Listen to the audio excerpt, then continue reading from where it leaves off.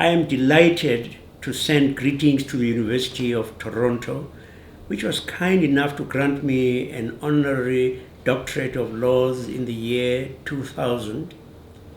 Last week, we suffered a great loss. We South Africans lost our beloved Tata, the father of our nation. Millions around the world lost a great statesman, a powerful symbol of forgiveness and reconciliation. And I lost one of my dearest friends. But Madiba left all of us a great inheritance, a legacy of peace, of unity, and of hope.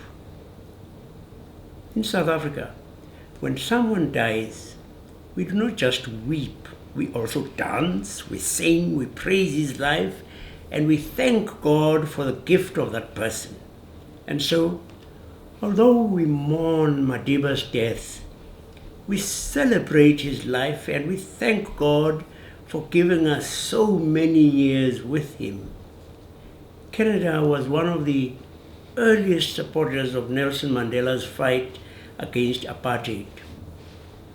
While he was incarcerated on Robben Island, condemned to life imprisonment, your support heartened him and gave him reason to hope for the liberation of his country.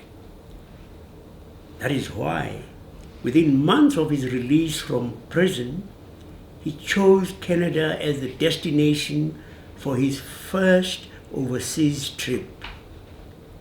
His second trip to Canada in 1998 was an official state visit as President of South Africa. At that time, he experienced what he later said was his greatest moment ever outside South Africa. The rally of 46,000 Canadian children in Toronto in support of the Nelson Mandela Children's Fund.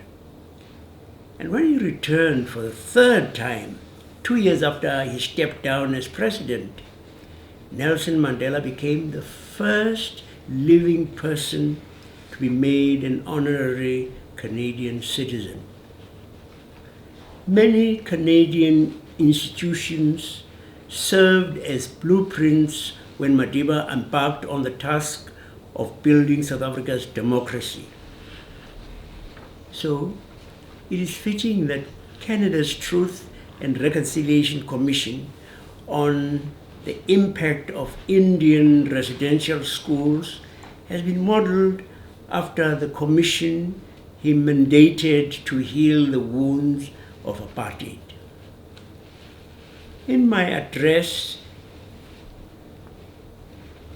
to the University of Toronto convocation in 2000, I spoke about the South African concept of Ubuntu, the essence of being human, the idea that we are all caught up in a delicate network of interdependence.